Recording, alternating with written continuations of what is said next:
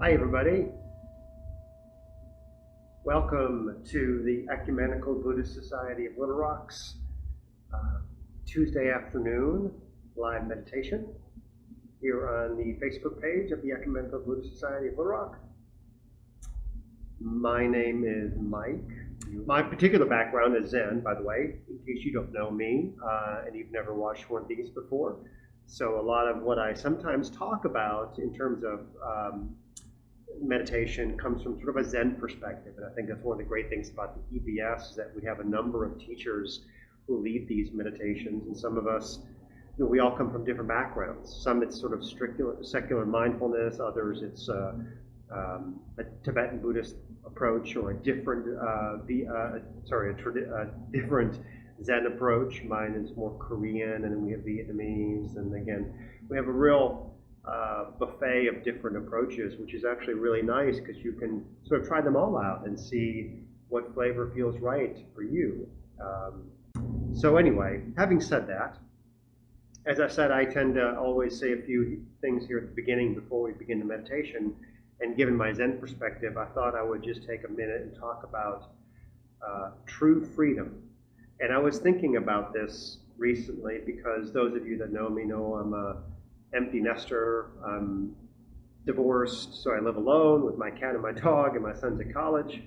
And I think a lot now about my life 10, 15 years ago when I was married, and I was also in a relationship at one point where the woman had children, and I had my son, and very active, bustling, busy life with kids' lunches to make and getting them out of bed and dressed and all sorts of stuff. And now my life is pretty quiet.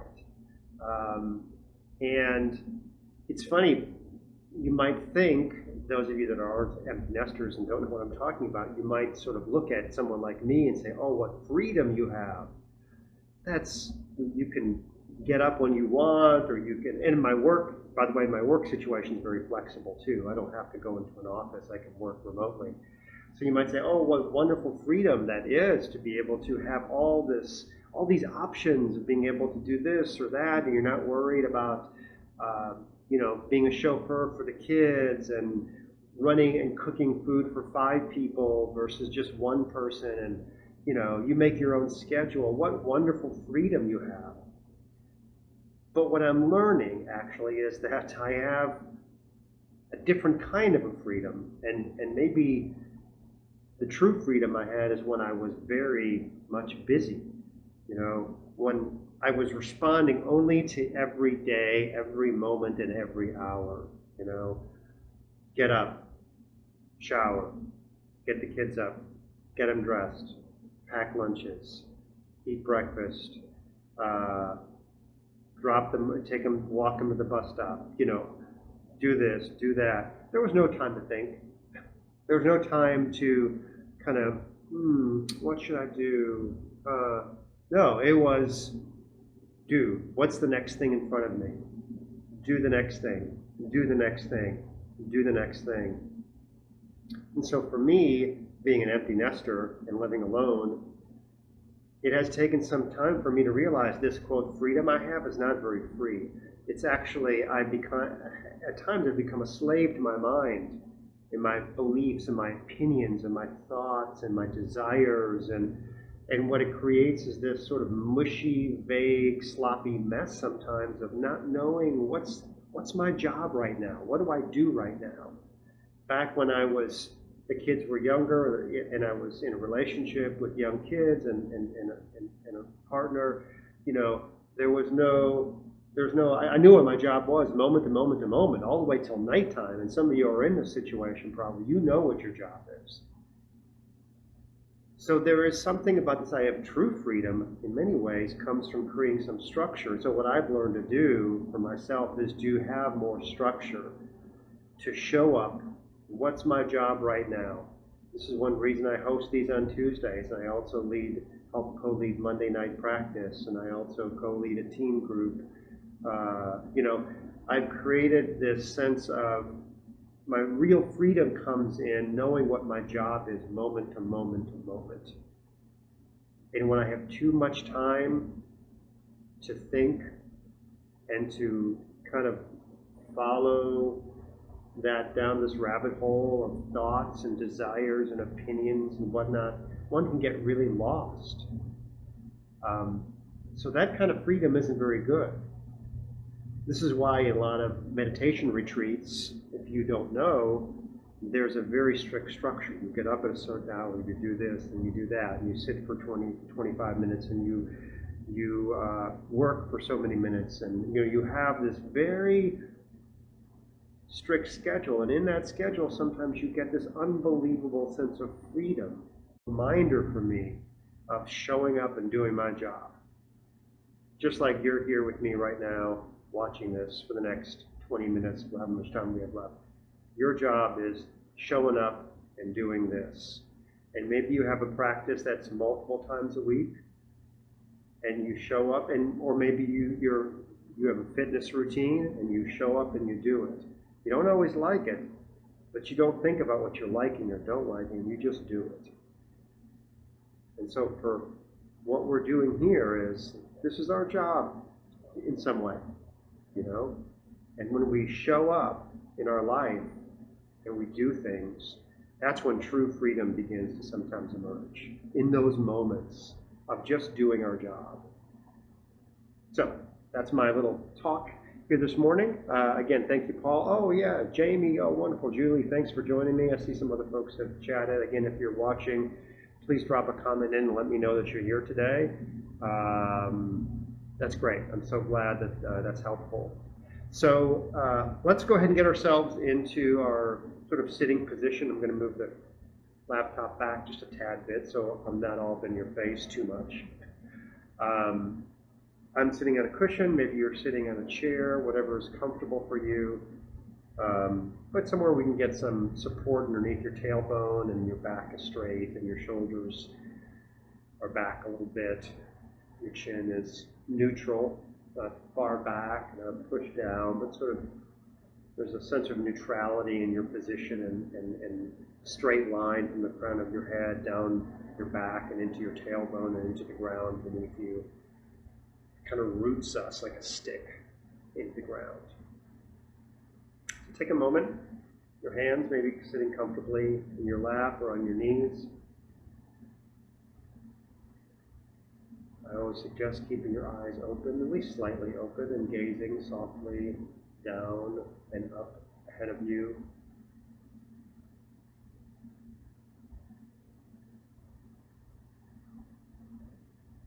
And all we're doing right now is we're just breathing.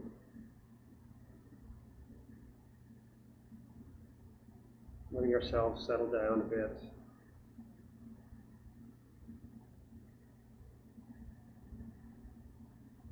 Allowing some of the tension that's in our body to release.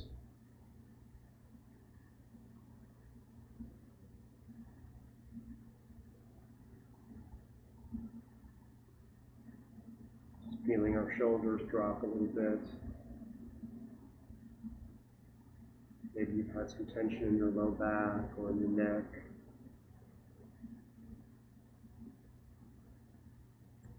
Maybe it softens a little bit with every breath that you take. Everything just relaxes a little bit more. We're not looking for perfection here. You probably still feel a little tense or a little sore, a little discomfort here and there. That's okay. You don't have to resist that or wish it didn't exist. It's just there. Just notice it. And as you breathe, focus on bringing your air down deep past your lungs, filling your lungs up, but also dropping down into your abdomen, filling your belly out. And then using that lower abdomen to squeeze the air back up through your chest cavity and out through your mouth. And then repeating, pulling the air down deep past the lungs, filling up that lower belly, and then using that lower belly as an engine to push it back up and out again.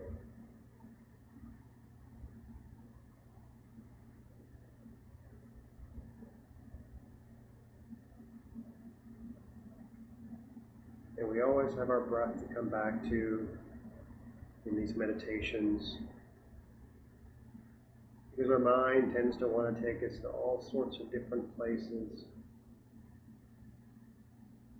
all sorts of distracting thoughts that bombard us when we try and quiet our minds like this. This is when it really cranks up. That's to be expected. So when those thoughts start peppering you, really distracting you, you come back to your breath. And again, you might imagine that air filling down through your throat, through your chest, down into your belly. And again, imagining that air being pushed back up from that lower belly, back through your middle chest, back through your throat, and out your mouth. Just coming back to that image when those thoughts seem to be just hitting you from all directions.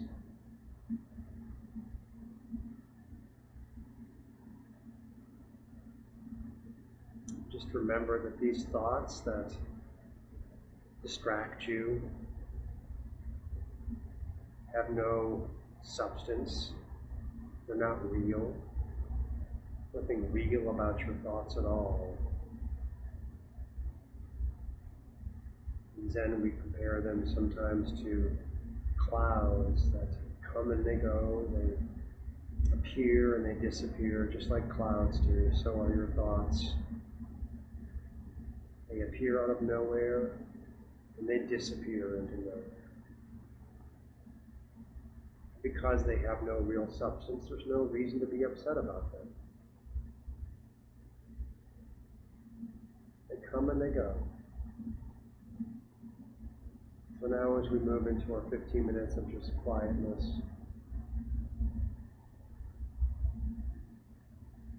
remember to come back to your breath. That deep inhale down into your lower belly. And that strong exhale pushing from the bottom of your belly up and out. And to any thoughts that might disrupt you, remain neutral to any of those. And treat them as the clouds that appear and disappear. In 15 minutes you'll hear me ring the bell. Then we'll have a few announcements before we go.